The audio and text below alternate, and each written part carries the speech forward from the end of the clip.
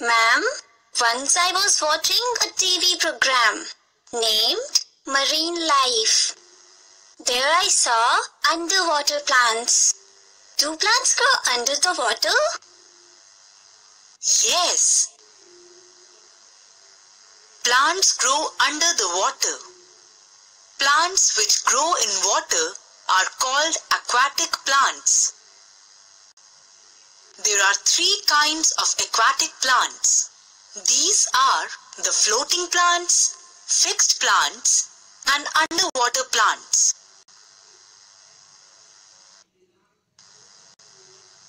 Floating plants. These light spongy plants float freely on the surface of the water. Two examples are water hyacinth and the duckweed. Their stems are reduced and roots are poorly developed. The leaves have a thin waxy coating so that the water may not wet the surface and block the stomata. Fixed plants. These have roots and long hollow stems. The leaves are broad and float on the surface of the water. Some plants like water lily and lotus are fixed plants. They breathe through pores on the upper surface of the leaves.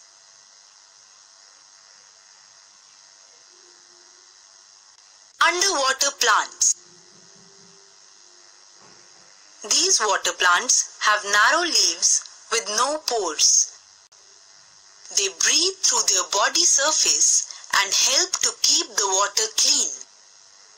Pond, weed, and tape grass are examples of such types of plants. Ma'am, I was watching a TV program called Forest Life. I saw a plant that was eating insects. It was not a green plant. What? Plant was eating insect? Seriously? Yes. There are some other plants that do not contain chlorophyll. Mushrooms and molds do not contain chlorophyll. They are not green. They live on dead and decayed plants. So, they are called parasites. Some mushroom plants, like the Venus flytrap and the pitcher plant, trap insects. They are called the insectivorous plants. Oh my God! Such plants are so weird. But ma'am, which plants give us food? Those plants are grass plants. For example, rice plant, wheat plant, bajra plant, and bamboo. Let me tell you about the uses of grass plants.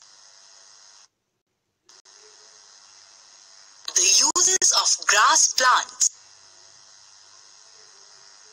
Cereals belong to the grass family of the plant kingdom. The food we eat basically comes from plants of the grass family. These are called cereal grains. Cereal grains are separated from the plants and are grounded into flour, which is used for making bread or chapati. Rice grains are cooked as whole and eaten. Apart from that, grass is also used as food for animals like cows, sheep, and horses.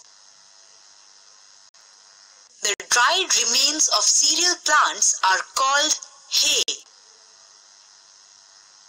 And did you know? There are so many things that are made up of grass.